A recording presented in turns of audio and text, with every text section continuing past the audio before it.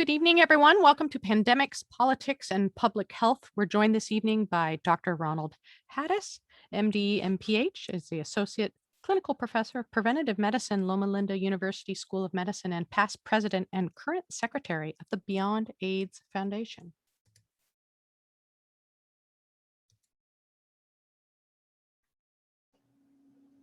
This is the last event that was part of our Community Reads 2021, sponsored by the Friends of the Aptos Library. This event specifically is also sponsored by the Selva Beach Library Friends. To join this event using a telephone only, please dial any of the following numbers, and I'll read two of them aloud. 1-888-788-0099 or 1-833-548-0282, and then slowly enter the webinar ID of 966-6744-9012 and enter the passcode of 2021-0304. As an attendee, your microphone is muted for the entire presentation. We are not taking open mic comments. However, you do not need a microphone, camera, or a screen if you only want to listen to the event, as it is accessible by landline or mobile phone. We are taking questions. If you're joining by computer, you may use the Q&A feature to type your comments. On the Zoom control bar, near the bottom of the screen, you'll see the Q&A icon. So in the lower left corner of your Zoom screen, you'll see audio settings or a microphone. You'll see Q&A in the middle. And then in the lower right corner, you'll see leave in a red rectangle. If you're using a mobile device, the Q&A icon likely appears near the top right corner of your screen. So everything's in reverse. In red letters in the upper left corner, you'll see leave meeting. And then in the upper right corner, you'll see the Q&A icon. Once the event begins, if you're joining by computer, to see all panelists, you may need to use the Zoom control bar and select Gallery View. Depending on the size of your mobile device screen, you may need to scroll over to view whoever is speaking. If you're accessing this event via a Chromebook or the web browser only, you may not see all panelists at one time, only the panelists speaking. I'll now turn it over to Cindy Jackson to introduce our program. Cindy, over to you.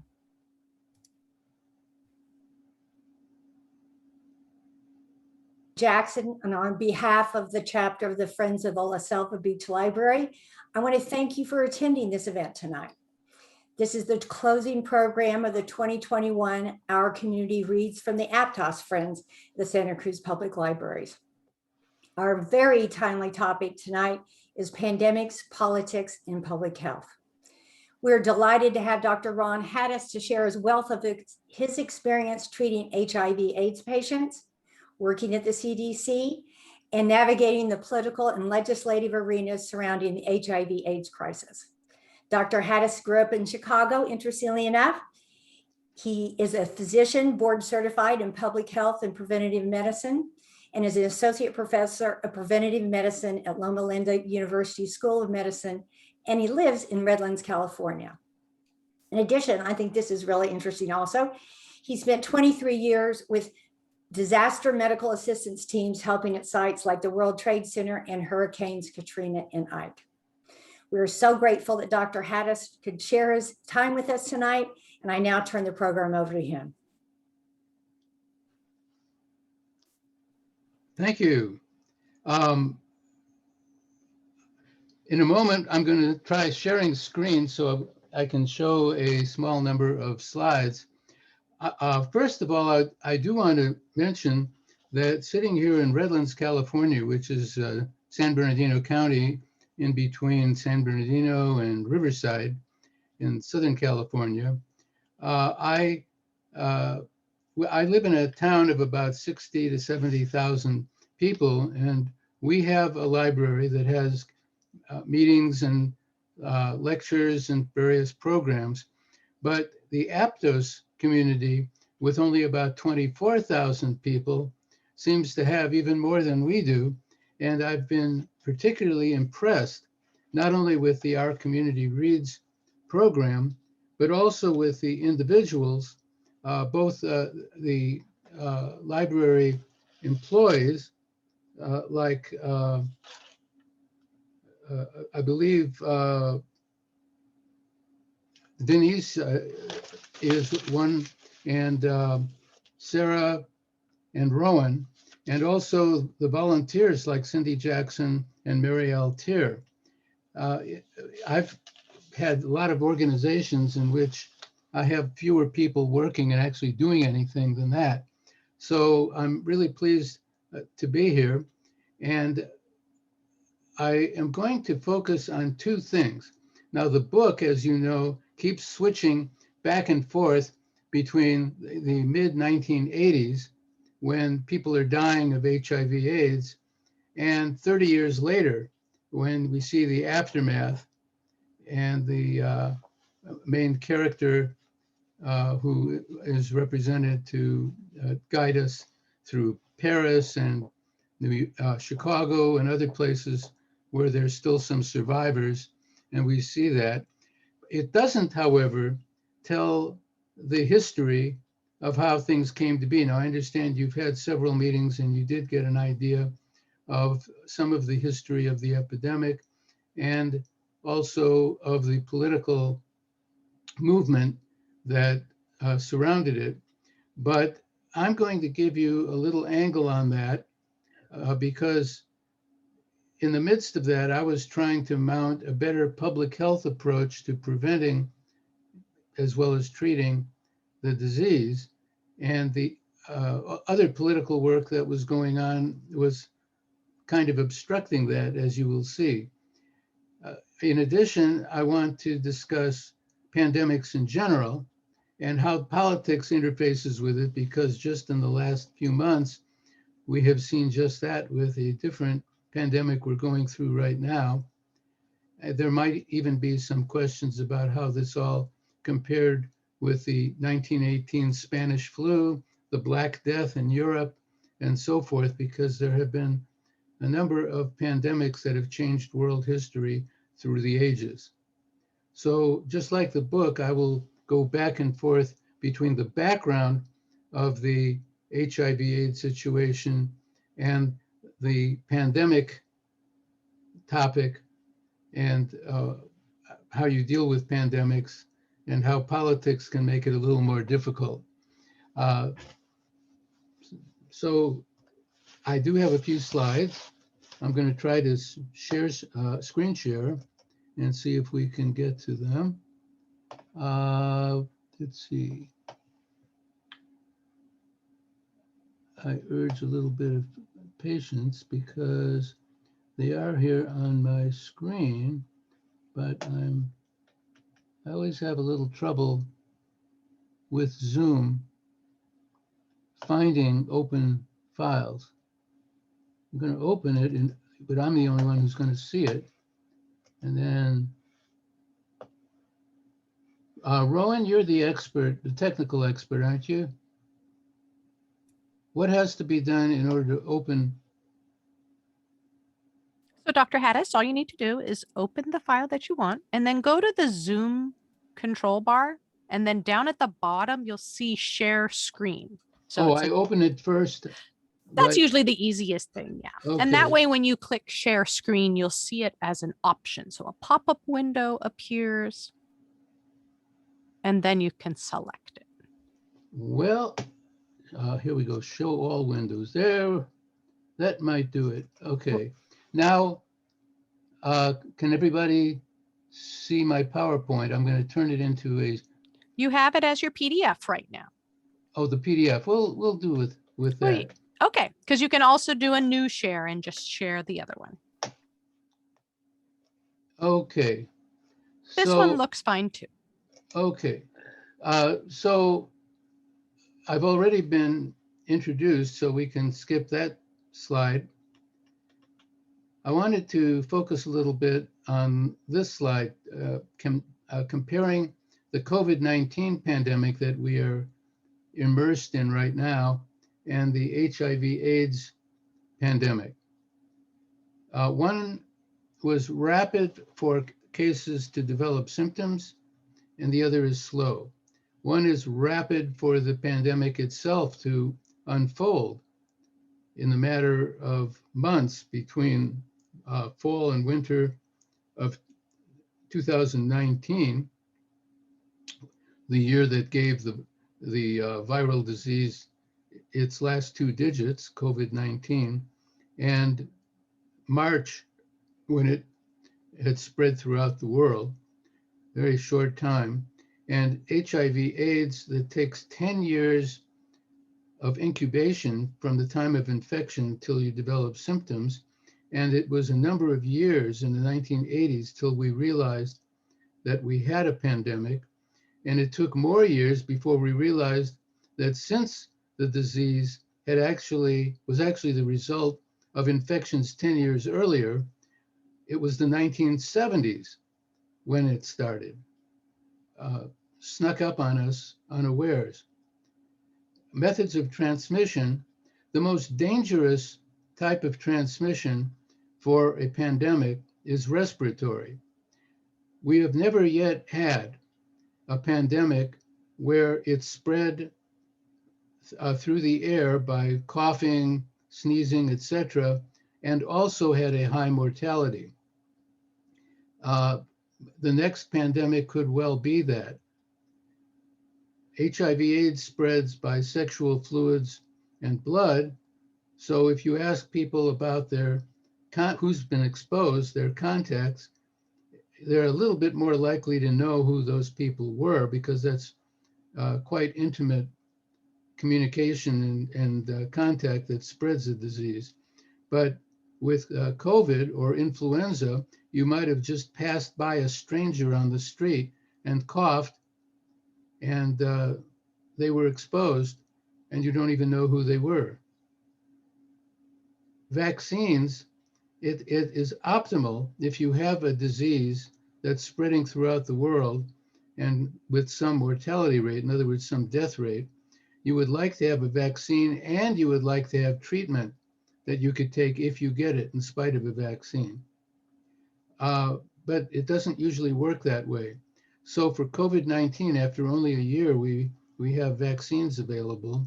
For HIV/AIDS, after 40 years, we have none. Suppressive treatments, however, we do not yet have for COVID-19, except for antibodies that you can inject into somebody that help, but it doesn't completely suppress the infection. But for HIV/AIDS, after 15 years of research, a lot of it sponsored by the National Institutes of Health that we will mention a little later, we have very effective treatment. Unfortunately, you have to take it lifelong. Now, two other areas the two pandemics have in common. Politics intervened and made it more difficult to get things moving.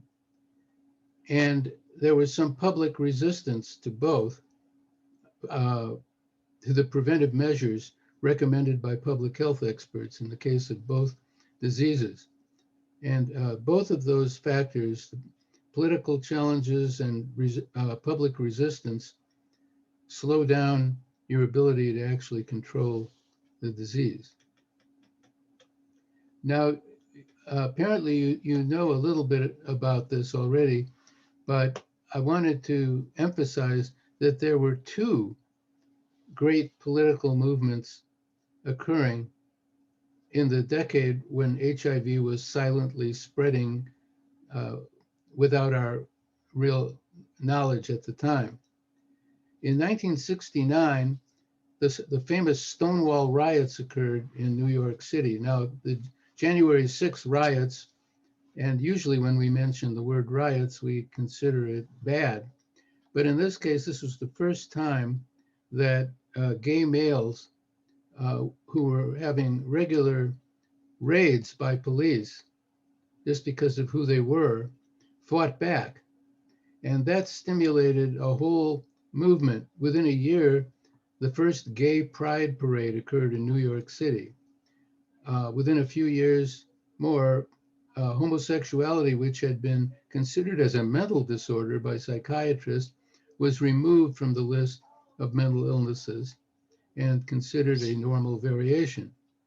And throughout the rest of the 70s and the early 80s, formerly closeted gays both male and female, started leaving their bigoted little towns all around the country and gathering in big cities where there were actual communities. Along with that, they started having some sexual liberation. In the case of the males, they averaged many partners, and they weren't using any protection because it wasn't realized that there would be disastrous effects from unprotected sex. Now, concurrently, a totally opposed force was rising as well, the New Right. And this was the time when the moral majority and fundamentalist Christian movements that became active in politics for the first time increased the strength of the Republican Party and the conservative movement, culminating in the election of Ronald Reagan in 1980.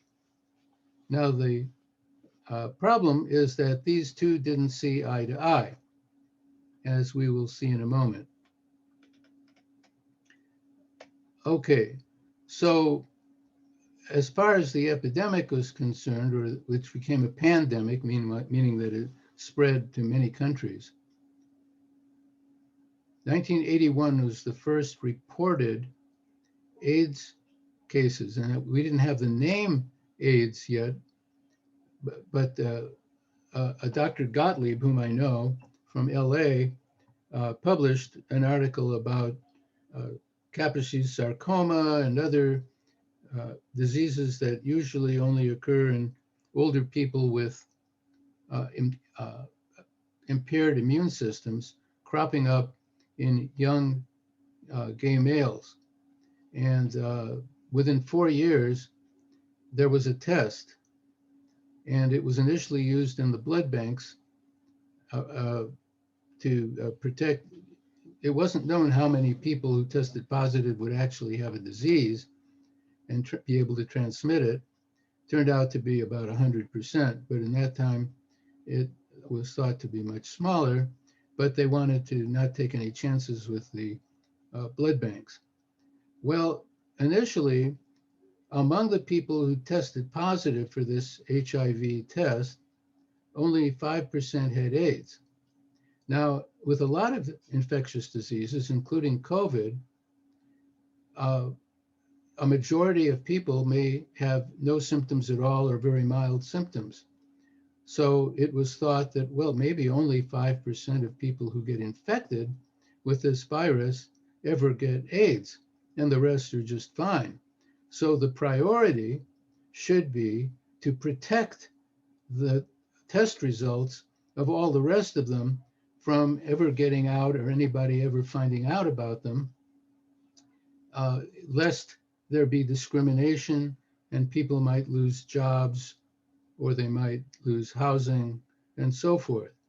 So, and meanwhile, the gay community had formed some organizations and was becoming politically active, and they demanded this secrecy so that HIV positivity, which we now know means that you're infected with the HIV virus, you are communicable, and your body is fighting it every single day, and within a period of years, you will develop symptoms unless you're treated.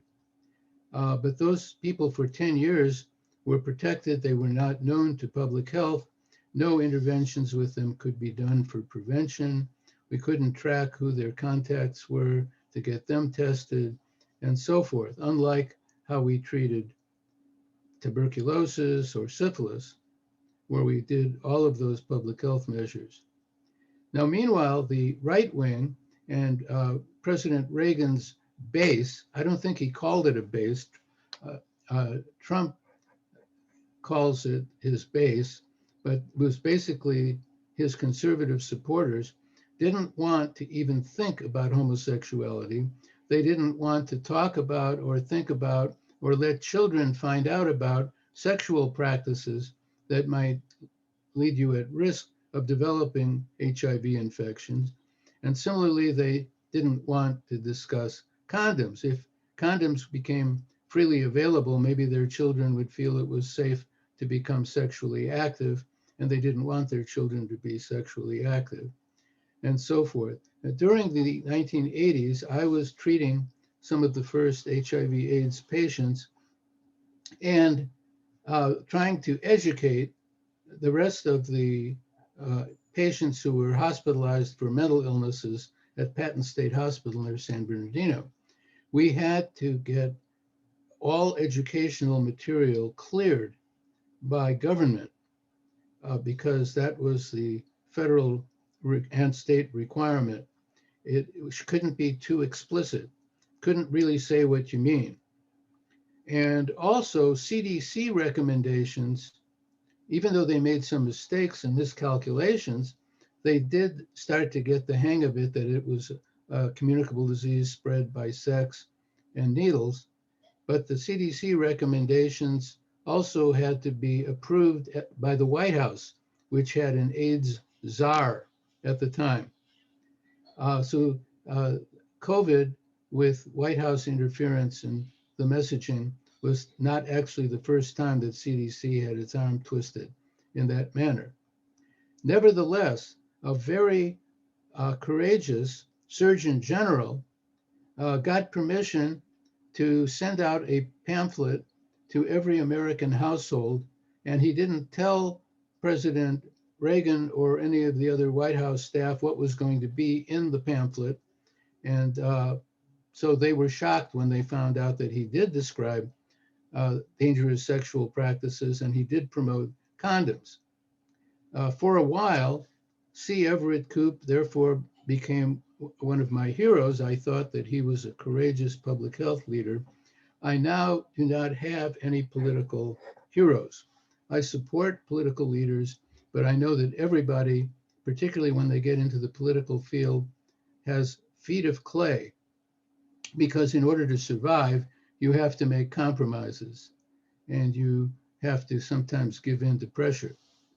And we'll see a little bit more about that. Okay, so the gay activists were getting organized.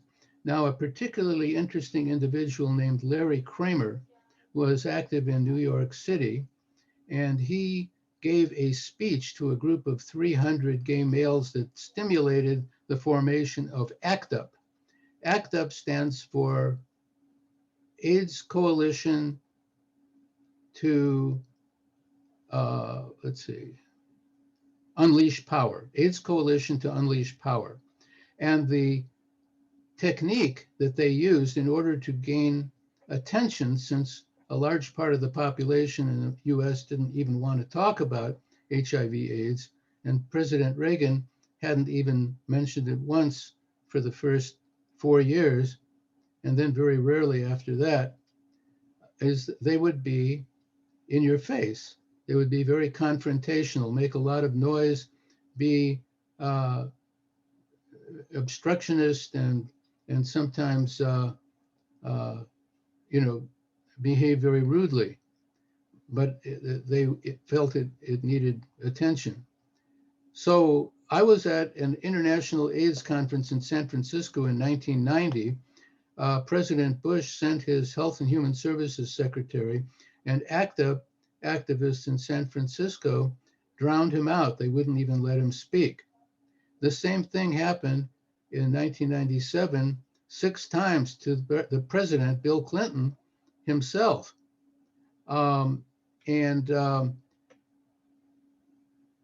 Larry Kramer went to the National Institutes of Health to complain bitterly about the slow pace of developing drugs for HIV. And you will soon find out the way that he presented himself. But the main person he talked to was Dr. Anthony Fauci, who has since become a movie star in the COVID pandemic, because he's on TV all the time. People like the calm and reassuring and believable way that he presents facts, and the fact that he doesn't bend to political pressure to tell it like it is. Now, unfortunately, absent from the activists' agenda was support for public health measures and prevention. Larry Kramer himself called for condom use for anal intercourse, but he was drowned out. Who the activists said that would be a suppression of our sexuality. And so that was not supported. Now, by 1996, combinations of 2 or 3 drugs had been developed that could actually suppress the virus and prevent it from progressing to AIDS. And I proposed that year that it should be able to be used to prevent the virus from spreading, because it would suppress the virus. There wouldn't be as much virus to be shed and expose another person. I didn't invent that idea. It was known in some other diseases like tuberculosis in particular, that if you could reduce the number of bacteria through treating patients, they would be less communicable, and then you could let them out of isolation. But I wasn't very successful in getting research done to test that principle. It took 15 years until that concept of treatment as prevention was not only proven effective, but became the mainstay of public health strategy for the US and the world. The following year, my organization, Beyond AIDS, which now functions as a nonprofit charitable foundation, was formed. And some of the founding members met at a hearing that Congressman Tom Coburn, a very conservative fellow, but a physician, had. He had a bill that didn't go anywhere that would have required that HIV, not just AIDS, be reportable to public health. And he tried to recruit people who believed similarly to gather from the far corners of the country and testify. Well, some of them did, and they later got together and formed our organization.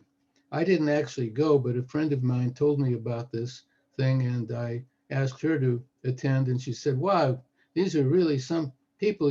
One of them lives in California. You really got to meet him. And that was our founder, Dr. Carrie Savage. So we did get together and found it. And we've been, one of our main problems from the beginning is we were having to fight these gay activist organizations because they were opposing public health initiatives. But we were also fighting some right-wing efforts to suppress discussion and release of facts about it. To this day, I am going to be presenting our ideas of how to more effectively use treatment as prevention to a Presidential Advisory Council on HIV/AIDS on March 9th, and to some other groups. And we have submitted testimony to try to add some ideas into the national HIV/AIDS strategy. Now, I wanted to comment a little bit on politics and public health, because my topic was pandemics, politics, and public health. So public health can never be totally scientific. It is always partly political. The science that goes into public health is called epidemiology. And but the politics is there because public health activities are supported by public funds. They have to be promoted by public officials, usually elected officials like the president. They are subject to lobbying from the right, from the left, from special interest groups like ACT UP and others like the Moral Majority on the other side. They're influenced by ideology and so forth. So in the case of HIV/AIDS, it was almost as if the right wing and the gay activists were in cahoots, even though they wouldn't even talk to one another, because they were both hampering our efforts to have effective public health strategy. We wanted information that was explicit to go out, for condoms to be promoted actively, and for treatment and you know, to be used for prevention and so forth. And if it wasn't the right wing, it was the activists opposing just about everything that we wanted. One of the things that at first the activists were very, very much against, and it was our first project to try to get HIV reported by name so that public health could go out and outreach and talk to the people who were infected, find out who their contacts were, encourage them to get the contacts to come in for testing.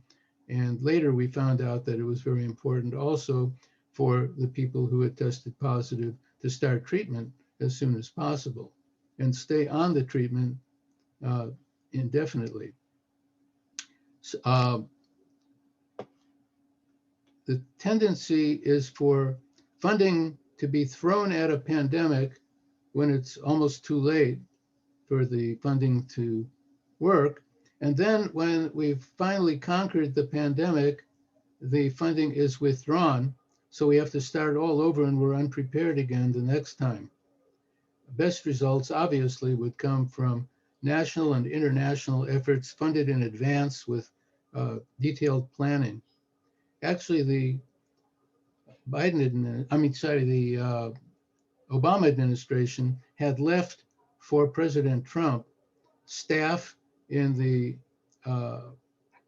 National Security Office in the White House and books with plans for pandemics when they would occur.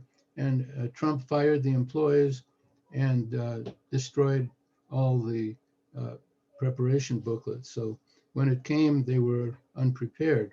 The hope had been that they would be prepared. Political attitudes are also very important. And as you know now, we have some anti-vaxxers who don't like vaccines. We have some people who think that wearing a mask is a denial of your personal freedom and so forth. So that doesn't help.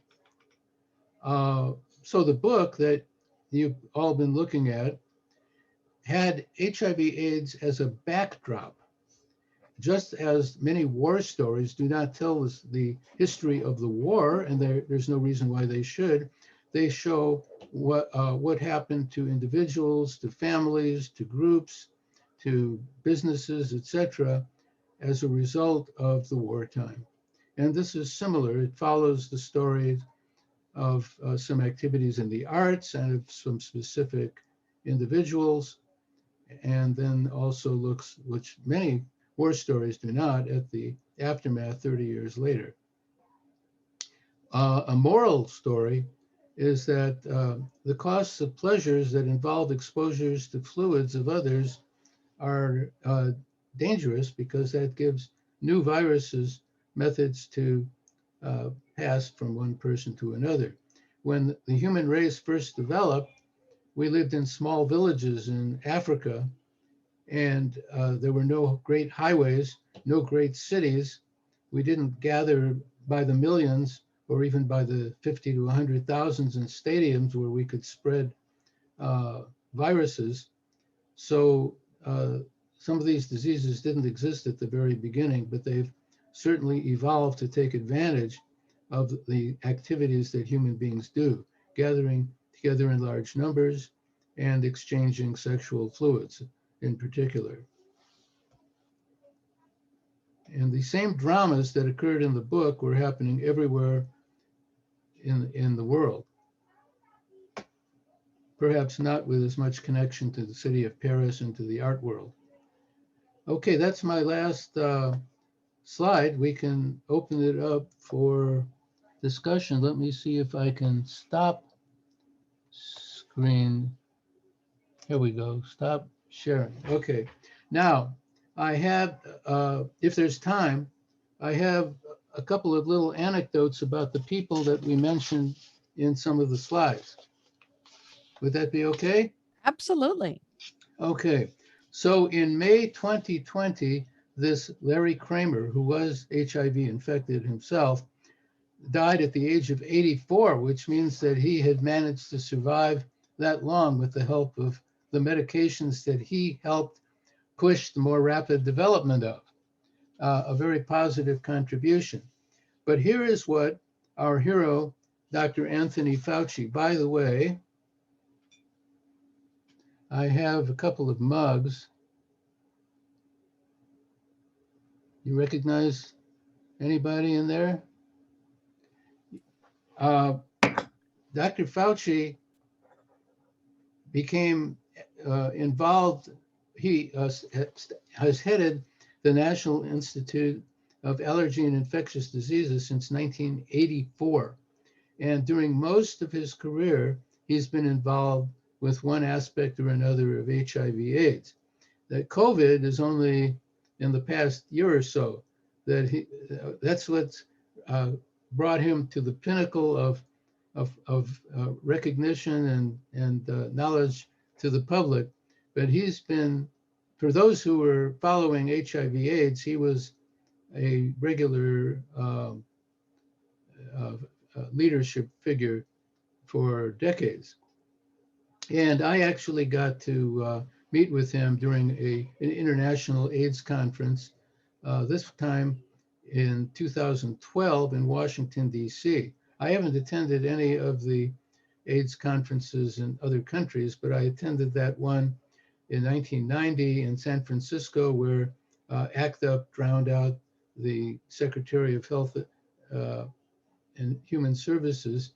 And I attended the 2012 one, where I met with Dr. Fauci about our recommendations and plans for preventing HIV.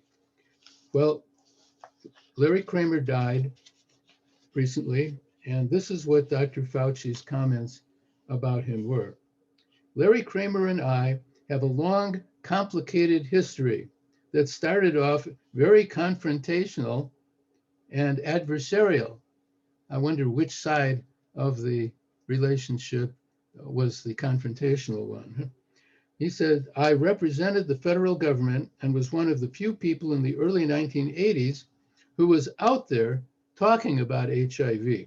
And to Larry in the beginning, and even to some extent up until the end, the federal government was the enemy that wasn't giving enough, doing enough, using the bully pulpit to call attention. He wrote an article to get my attention that was published on the front page of the San Francisco Examiner magazine one Sunday with the title, An Open Letter to Incompetent Idiot Dr. Anthony Fauci. I call you a murderer. It definitely got my attention, says Dr. Fauci.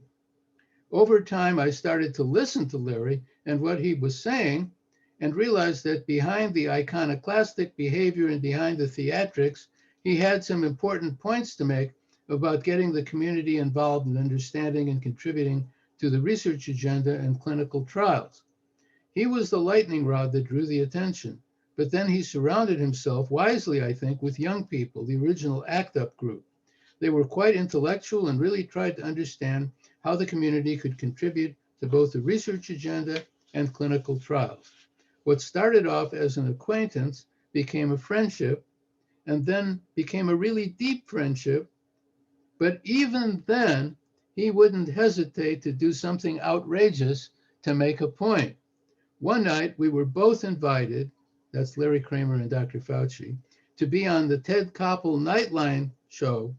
Ted is interviewing me, and then he's interviewing Larry, and all of a sudden, Larry starts trashing me. He says, I'm a disgrace, that I'm doing this, that I'm doing that, and I'm saying to myself, what's going on with Larry? He made it look like we were mortal enemies. About 15 minutes after I got home, the phone rang. It was Larry. He said, that was really great, wasn't it, Tony? We did really well. I said, what do you mean we did really well? He answered, we made our point. I said, I know, Larry, but you called me a dirty rat in front of 10 million viewers. Well, he said, Larry, thought that would get public attention to the main issue, and so he wasn't above sacrificing a friend in order to get that attention. So he concludes, Larry Kramer was a dear friend, yet he could, at the drop of a dime, trash you in the newspaper. He was very unpredictable, but I loved him. So that's the relationship between the head, the founder of ACT UP, whose agenda became their agenda except for his recommendation for prevention, like condoms, and Tony Fauci, who actually listened to him even though he was being attacked. Most people, if you were attacked, you get very defensive and tell the guy to get lost. But he's a wise man. Now, C. Everett Koop. C. Everett Koop, as I mentioned, I thought he was very heroic for sending out that pamphlet to the American people. No Surgeon General or anybody else in government has ever done anything that aggressive before or since for public health. But he initially backed an agenda item of my Beyond AIDS Foundation, but he later chickened out because ACT UP was harassing him. So that's why I'm saying that all heroes who've been government figures, and by this time, C. Everett Koop was a private consultant, but he had an office either in New York or Washington, D.C., I can't remember. And what we were fighting is our friend, here it goes back to another person I mentioned, Senator Tom Coburn, who by this time had finished a few terms in the House, then became the co-chair of the Presidential Advisory Council on HIV/AIDS, which I'm going to be testifying before in a few days. And then he got elected to the Senate. So by now he's a senator. Okay, so have any of you heard of the Ryan White bill? This is legislation named after a little boy who was excluded from school because he, as a hemophiliac, had acquired HIV from the blood products. And later, through legal action, he got the right to go back to school, and legislation to provide treatment to indigent and uninsured HIV patients was named after him. So in the Ryan White bill, Dr. Tom Coburn, now a senator, managed to get some wording that seemed harmless enough to the rest of Congress. And that was by about 10 years later than that renewal, all states should have HIV reporting, not just AIDS reporting. And it should be by a method that eliminates duplication, is timely, and fulfilled certain other criteria. So that passed, but some of the states thought, we won't do that, not by name. We will create a unique identifier code. And that's what happened in California. Lickety split, a bill passed the legislature, and we successfully lobbied for a governor veto. And one of the things that we tried was a letter of support from C. Everett Koop. And he obliged, and he wrote a letter saying that name reporting would be much better than a unique identifier that you could not trace back to know who it was who was infected. So that public health could not possibly contact them or do anything for prevention. And so it would be better if public health knew the names just like they do for syphilis, plague, cholera, any other reportable infectious disease. Well, unknown to us, back east, ACT UP got word of this, and they dominated his phone. They tied up his phone lines and harassed him and made it impossible for him to get any work done. So he backtracked and withdrew the letter and said he had changed his mind. Well, we might have been able to help him if we'd known. But at any rate, that's my anecdote about the later days of C. Everett Koop. However, it also shows that these activists were, the action that was being taken depended on the city. So New York, San Francisco, and then eventually Chicago and Philadelphia and a few other cities had ACT UP chapters. They had other organization chapters because the community got organized. I remember there was a demonstration in Chicago. Chicago doesn't have NIH, but they were trying to get a hospice wing or an HIV wing added to the county hospital. And so they tied up traffic and naturally were their usual confrontational selves. But that was sponsored by ACT UP in Chicago. So Chicago, the characters in the book must have been frustrated by their friends dying all around them, but they were not political activists. And but there were others, in the community who were doing those things, and we were agreeing with them about some things like getting rapid development of drugs, more public attention, and so forth, but not about opposition to reporting and public health. So that's basically what I wanted to present, but I'm available for any questions that we have time for. All right. So, Dr. Hattis, I'm wondering if maybe you could just give us a current status update of HIV/AIDS, both in the US and internationally. How much do countries spend? How much do we spend compared to maybe heart disease? And I know you can't necessarily speak to all of these, but I'd be fascinated to know. Well, it's become big business. And as a matter of fact, even by the late 1990s and early 2000s, the federal government had funded so many gay activist organizations to run clinics, do testing, etc., that they didn't realize that they had also funded political lobbyists organization opposing the public health initiatives that they wanted to do. So when we finally got a conservative Republican in the California legislature to introduce a bill for HIV reporting, and we had at the table testifying an excellent group of medical and public health experts and a young woman who had had a family member die, and we thought we were really doing well. About 100 AIDS organizations marched past the microphone saying that it was the worst possible thing. It would deter people from getting tested. We should never report HIV, even though AIDS was reportable, and so forth, and it didn't pass. Also, San Francisco was a political center for all this, and San Francisco legislators like Senator Burton and others were very powerful, and they made sure that legislation didn't pass.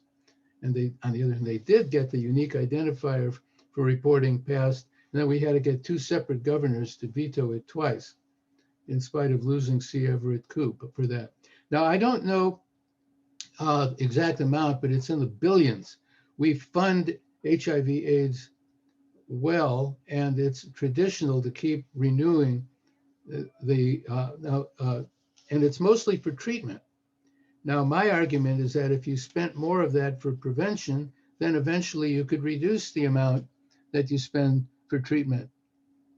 But those clinics that do treatment want to keep up getting their money. So it's hard to get anything changed, the patterns of funding. The World Health Organization, which Trump tried to withdraw from, Biden has reaffirmed that we're in to stay, has programs going on all over the world.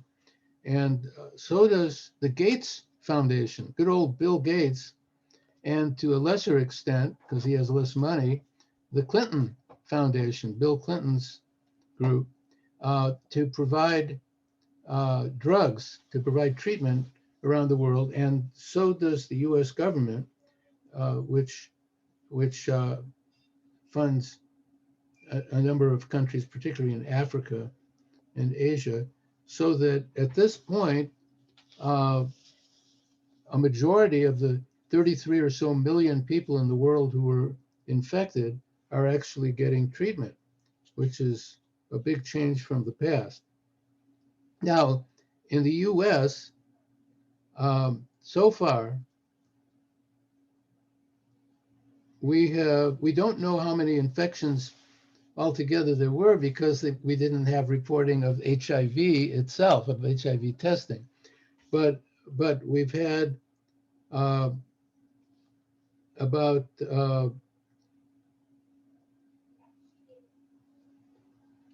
let's see, deaths due to HIV. I think it's let's see, 770,000 in the US. And we believe that we have about 1.1 million people living with HIV at the present time. And each year, about 36,000 new infections occur. That's down a little bit from 40,000 a year that it was for a long time, but it's still not dropping as much as we would like to.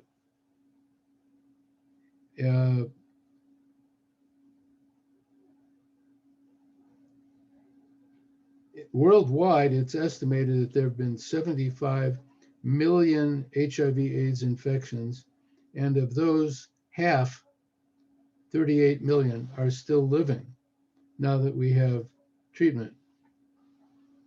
There are still some countries that aren't getting the drugs, but most are. And I don't know, any other specific figures that you want? Any?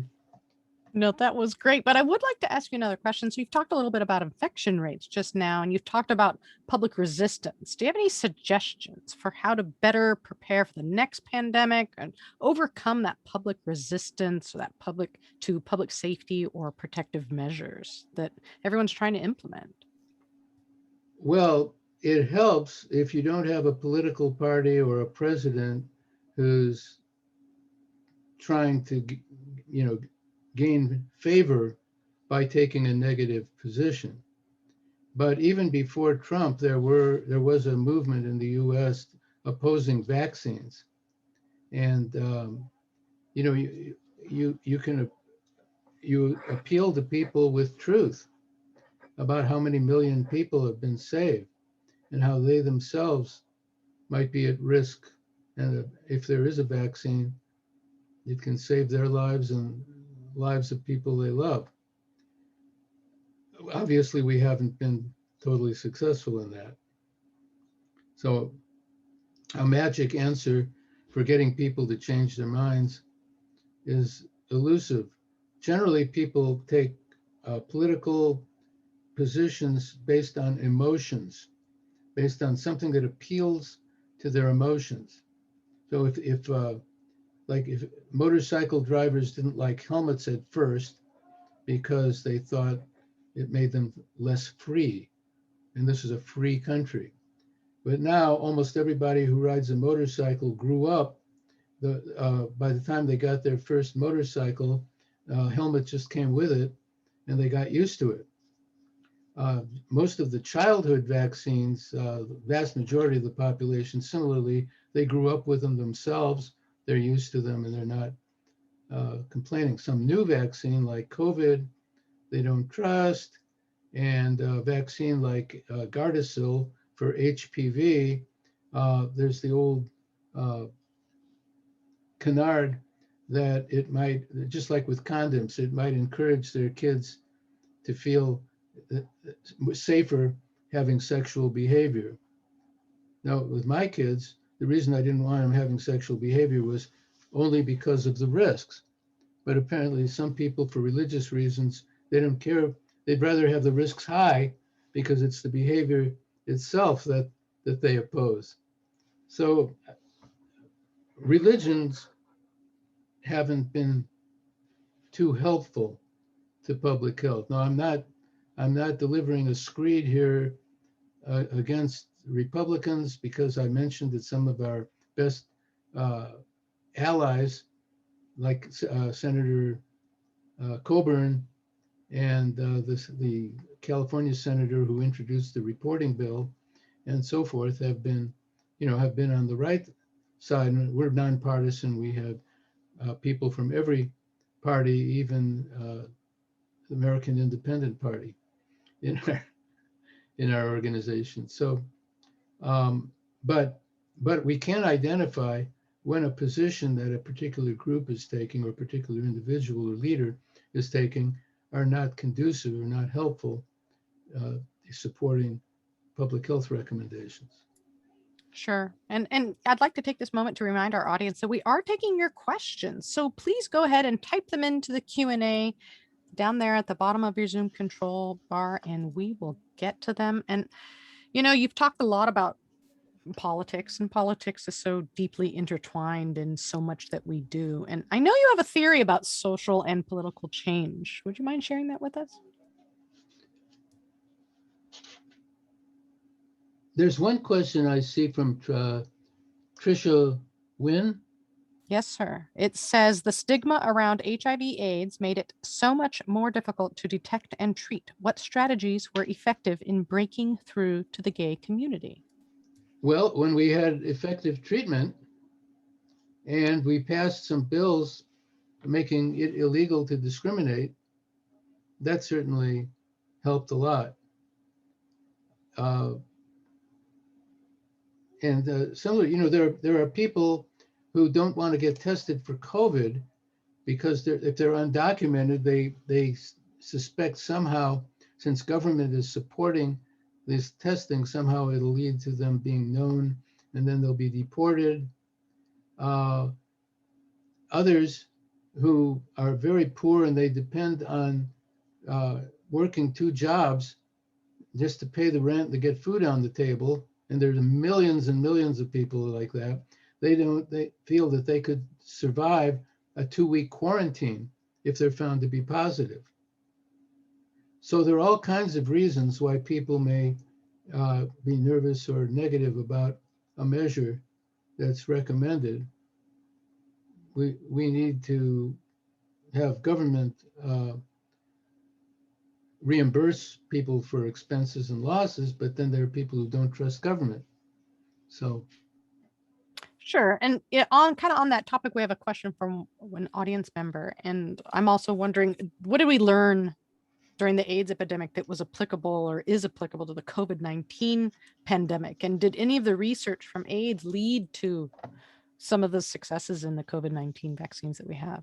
Yes, a lot was done in molecular biology and with RNA and things like that and antibody development. Just as war stimulates a lot of research that then has spin-offs in the domestic economy, so does a pandemic. If research is funded, there may be other applications for that research.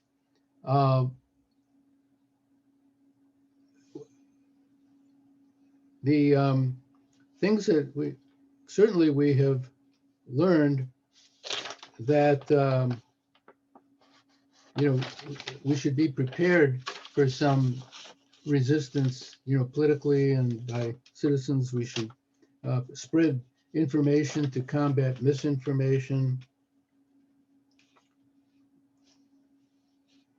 We should act faster. We should have plans in advance for pandemics, which we've tried to do, but we need to be consistent in it and not dissolve all the efforts and stop the funding just in time for the next pandemic.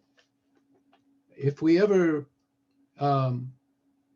there have been diseases like the Black Death and Ebola virus and AIDS, although it was very slow before treatment, that killed a majority of people.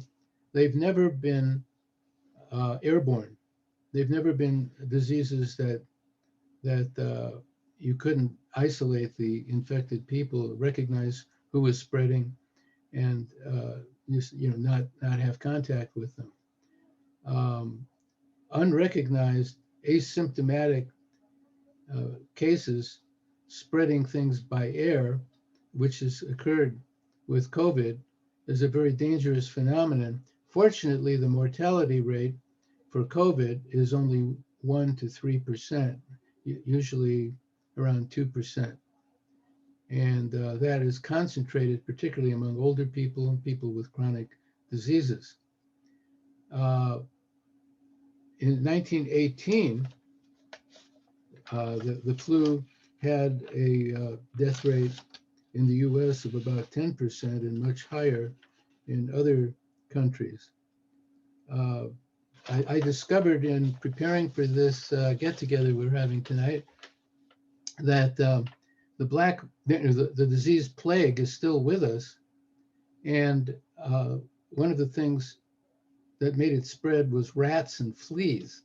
We have less of that. We do have vector control programs in most health departments or special districts in California that take care of vector control. But another thing is, it can spread by direct contact with an infected animal. So there still is plague among certain animals in our forests in California and other Western states. Now, when you get, it used to be that the mortality was 66%. Guess how low it has dropped with antibiotic treatment? 11%, which is several times higher than COVID. So it's still a pretty dangerous disease. And also there are some pneumonic cases where it affects the lungs, and therefore a cough can spread it through the air. But only a small percentage of cases are pneumonic, and generally you get sick and are recognized and not walking around attending big events and so forth before that happens. But we could have another plague epidemic sometime. Well, speaking about the 1918 flu, from your study of public health, can you tell us something about how the current pandemic compares to the one in 1918? I know you've touched on it a little bit, but could you expand on that? I found an interesting fact. It is believed that in the US, 675,000 people died of that so-called Spanish flu. COVID were over 500,000 and still counting. So the chances are more individuals will die of COVID than died in the 1918 influenza pandemic. However, our population was a lot less. We had about 100 million people, and we had about 25 million infections, which was about a quarter of our population. So 675,000, which was a much bigger blow in a population that was less than a third of what we have now.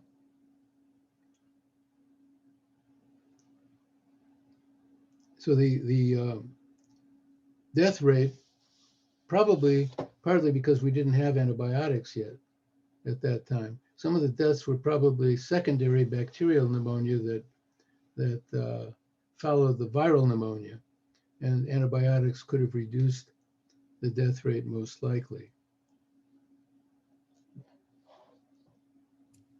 Well, we have a question from our audience, and it says, is there a way to insulate the CDC? And the quote unquote pandemic task force from political interference so that a president can't dictate how these organizations do their work. And that's maybe to that question that I'm not sure you heard me ask. And I know you have a theory about social and political change that could you share that with us? I mean, maybe Sure. it kind of encapsulates that question as well. Right. Well, I mentioned this Senator Coburn, who actually attended our first meeting of Beyond AIDS. He was eager to get us started so that we in turn could help support his political work. But my theory is that the best way to get something changed is by inside and outside action. Now, if you have a loud, boisterous, rude group like ACT UP, or a Black Lives Matter march, for example, some people will react negatively and say they're a bunch of agitators. And if you have some people inside of government who are whispering because they have no authorization to speak publicly, they would lose their jobs, that we need to change our policies and pass some laws and protect, and control the police and so forth and so on. The president or governor or whoever the big shot is likely to say, well, that's very interesting. I'll think about it. And then hear from a bunch of lobbying and special interest groups and drop it and nothing will happen. But when you have the marches and the inside influence in the same direction, that's what the Biden administration has right now. A lot of people who support the aims of that Black Lives Matter to prevent voter suppression and to train the police to be less violent and to bad actors among them to have a record that so they can't just keep jumping from department to department, and a number of other things that they want.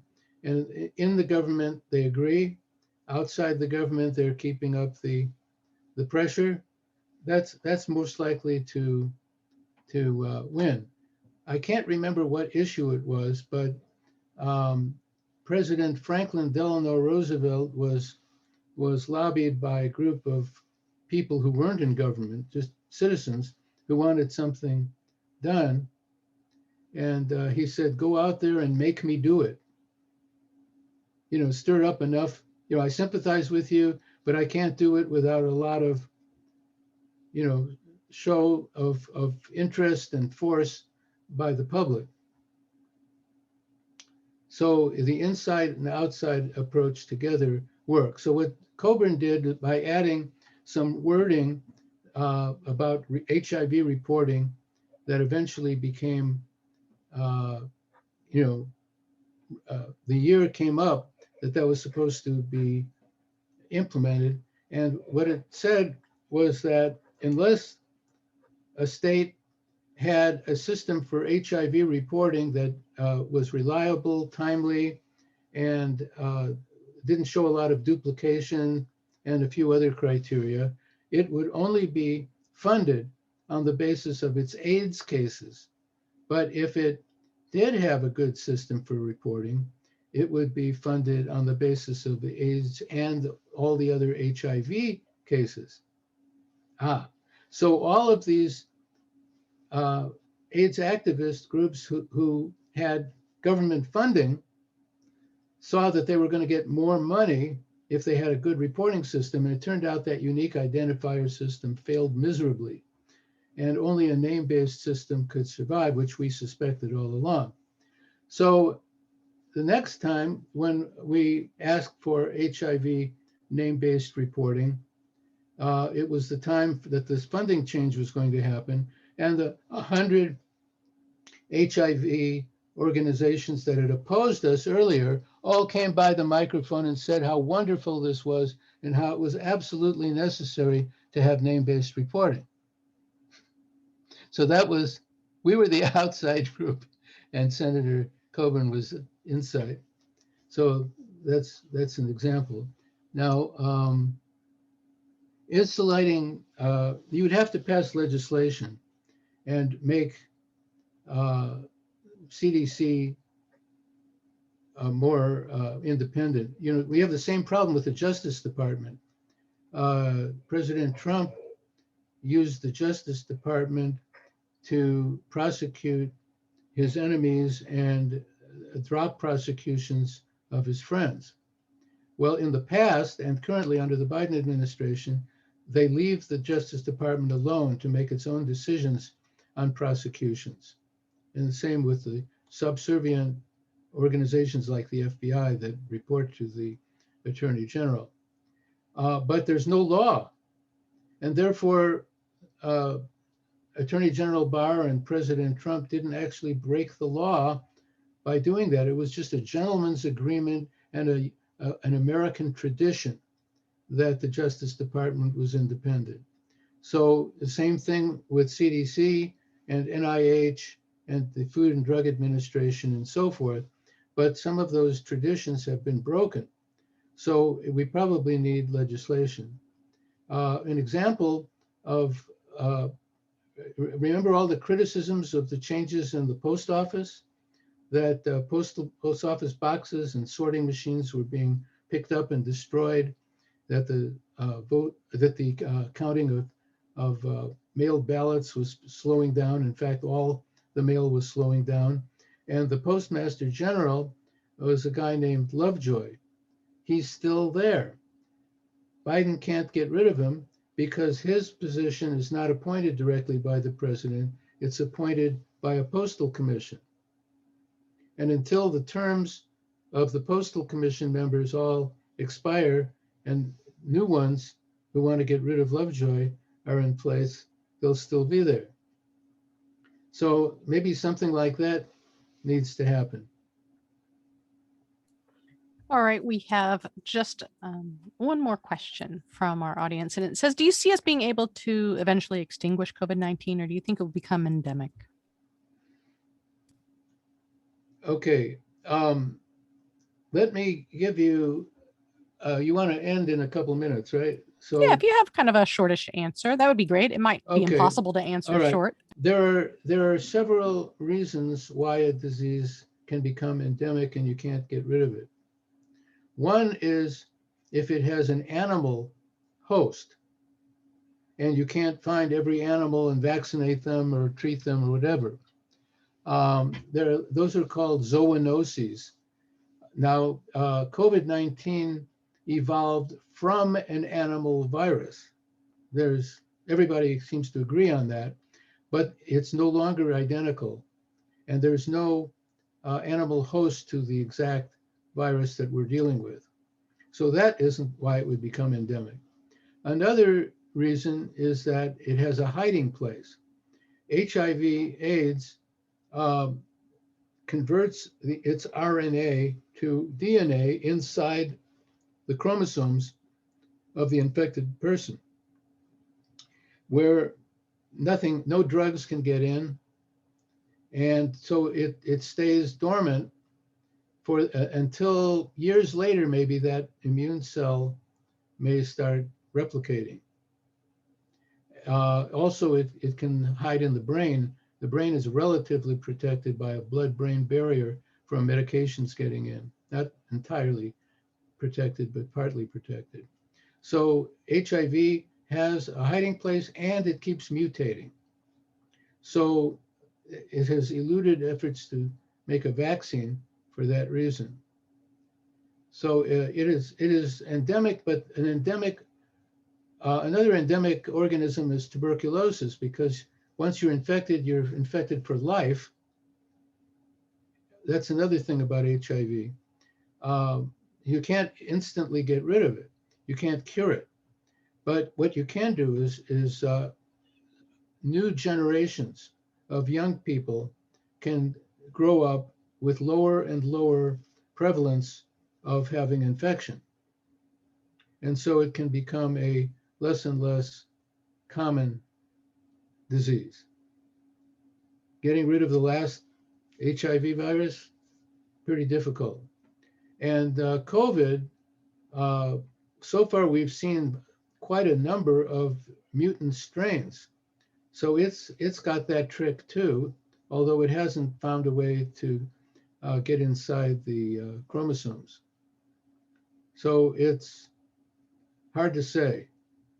It might be a difficult task to totally eradicate it. And not only that, but this isn't the first coronavirus that we've had outbreaks of. Anybody remember the name SARS?